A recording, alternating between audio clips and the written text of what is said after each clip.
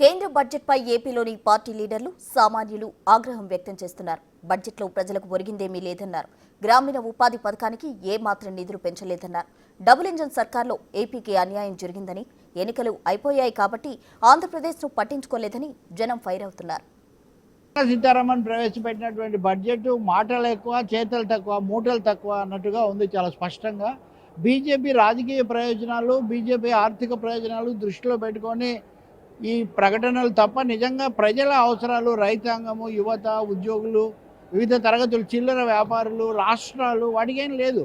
తెలుగు రాష్ట్రాలే తీసుకుంటే అటు తెలంగాణ ముఖ్యమంత్రి రేవంత్ రెడ్డి కానీ, ఇటు ఆంధ్రప్రదేశ్ ప్రజలు కానీ, చంద్రబాబు అడగలేకపోయినా ఎన్డీఏలో ఉన్నందుకు ప్రజలు చాలా కోరుతున్నారు.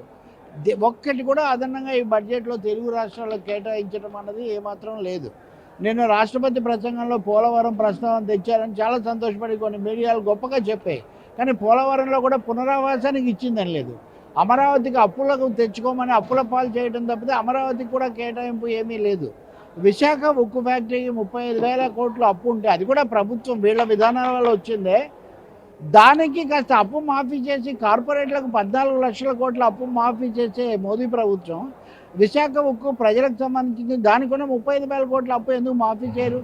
కనీసం ఒక 5 ఏళ్ళు మానిటోరియం ఎందుకు ప్రకటించారు? ఇప్పుడు అప్పు ఇచ్చి ప్యాకేజీ ఇచ్చి వాళ్ళకి తరలిస్తున్నారు. కాబట్టి తెలుగు రాష్ట్రాలకి ఇంకా తెలంగాణ అంటే సరే అక్కడ కాంగ్రెస్ ప్రభుత్వం ఉంది కాబట్టి దాని మనకేమి సంబంధం లేదా. బీహార్లో ఎన్నికలు జరుగుతాయి కాబట్టి బీహార్కు మటుకు 55,000 కోట్ల ప్యాకేజీ గతంలో కూడా ఇలాగే చేశారు. మోడీ స్వయంగా అక్కడికి వెళ్ళి తీరా ఒరిగింది ఏం లేదు. వాళ్ళ పార్లమెంట్లో కేంద్ర ఆర్థిక మంత్రి నిర్మలా సీతారామన్ గారు ప్రవేశపెట్టిన బడ్జెట్ ఏ ఒక్క పేదల సమస్యను అది ఎత్తి చూపలేదు.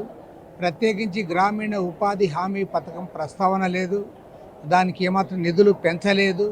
అదేవిధంగా గత అనేక సంవత్సరాలుగా ఏదైతే రైతాంగ పోరాటం జరుగుతూ ఉందో వారి విజ్ఞప్తి మేరకు రైతులు పండించిన పంటలకు కనీస మద్దతు ధరలు ఇవ్వడానికి కూడా ఈ ప్రభుత్వం ముందుకు రాలేదు. అంతేకాకుండా ఇవాళ ధరలు తగ్గించడానికి కానీ ఉద్యోగాల కల్పనకు కానీ ఎలాంటి నిధులు కూడా ఇందులో కేటాయించలేదు. ఒకే ఒక అంశం మిడిల్ క్లాస్ వాళ్ళకి 12 లక్షల రూపాయల వరకు వాళ్ళకి ఇన్కమ్ ట్యాక్స్ లిమిట్ పెంచారు. అదొక్కటి పాజిటివ్ అంశం అందులో ఉంది తప్పితే మిగతా ఏ అంశాలు కూడా పాజిటివ్ అంశాలు అందులో లేవు. In comparison to the huge tax cuts bestowed on billionaires in our country, through different budgets, more than 10 lakh crore worth of relief was given to Adanis, Ambanis and billionaires. So the very limited tax relief that is given to middle class is actually meaningless. Moreover, workers, peasants, unemployed youths, there is no relief for these sections. There is no proposal to improve the agricultural sector. There is no proposal for generating jobs. So the toiling masses and unemployed youth would continue to suffer even after this budget. కేంద్ర budget చాలా నిరాశాజనకంగా ఉంది.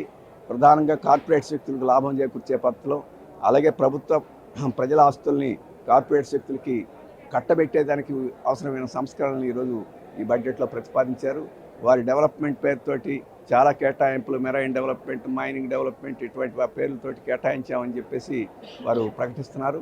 ఆ కేటాయింపులన్నీ corporate జేబుల్లోకి పోతాయి. అంత తప్ప ప్రజల జేబుల్లోకి వచ్చే పద్ధతిలో ఆ స్కీములు లేవు. ఇన్కమ్ ట్యాక్స్ బాగా మార్పులు ఇచ్చి మధ్యతరగతి బాగా లాభం చేకూరుస్తున్నామని చెప్తున్నారు. అది కంటితోటి చర్య తప్ప ఇంకోటి కాదు. ఈరోజు ప్రవేశపెట్టినటువంటి బడ్జెట్ ఏదైతే ఉందో ఇది 6వసారిగా బడ్జెట్ ప్రవేశపెట్టడం జరిగింది. ప్రతి ఏడాది బడ్జెట్ ప్రవేశపెట్టడం, బడ్జెట్లో లక్షల కోట్ల రూపాయలు ప్రజల యొక్క వివిధ రంగాలకు సంబంధించి మేము ప్రకటించాం. వివిధ రంగాలకి ఈ విధంగా మేము అలాకేట్ చేస్తున్నామని చెప్పి కూడా ఈ బడ్జెట్ సమావేశాలు చూసినప్పుడు దేశ ప్రజలు ఒక విధంగా సంతోషంగా భావించిన తర్వాత జరుగుతున్నటువంటి పరిణామాల్లో కూడా ఎంతమాత్రం అభివృద్ధి జరుగుతుందనే ఒక ప్రశ్నార్థకం కూడా ప్రజల్లో ఉంది. ఈరోజు 12 లక్షల వరకు కూడా ఎటువంటి ట్యాక్స్ లేదని చెప్పి కూడా మినహాయింపు ఇవ్వడం, అదేవిధంగా కిసాన్ క్రెడిట్ కార్డులకు సంబంధించి 3 లక్షల నుంచి 5 లక్షలకు పెంచడం, అదేవిధంగా ప్రతి జిల్లాలో కూడా క్యాన్సర్ డే కేర్ యూనిట్లు పెట్టడం, అదేవిధంగా ఎంఎస్ఎంఈలకు సంబంధించి కూడా మీడియం స్మాల్ స్కేల్ ఎంటర్ప్రైజెస్ కూడా ఎక్కువగా శాతం కూడా బడ్జెట్లో అలాకేట్ చేయడం కూడా చాలా శుభ సందర్భం. అయినప్పటికీ ఈ ఎంఎస్ఎంఈలు ఏదైతే ఉన్నాయో, ఏదైతే ఎంఎస్ఎంఈల ద్వారా ప్రజలు ఒక స్మాల్ యూనిట్లు పెట్టుకొని తద్వారా పారిశ్రామిక రంగంలో కూడా కేవలం ధనవంతులే కాదు, పేద స్థాయిలో తెలివితేటలుండి ఎంఎస్ఎంఈలు అభివృద్ధి చేసుకుని కూడా మనం ఉన్నత స్థానానికి పోవచ్చు అని చెప్పి తీసుకున్నటువంటి లక్ష్యం ఏదైతే ఉందో ఆ లక్ష్యం నెరవేర్చడం లేదు.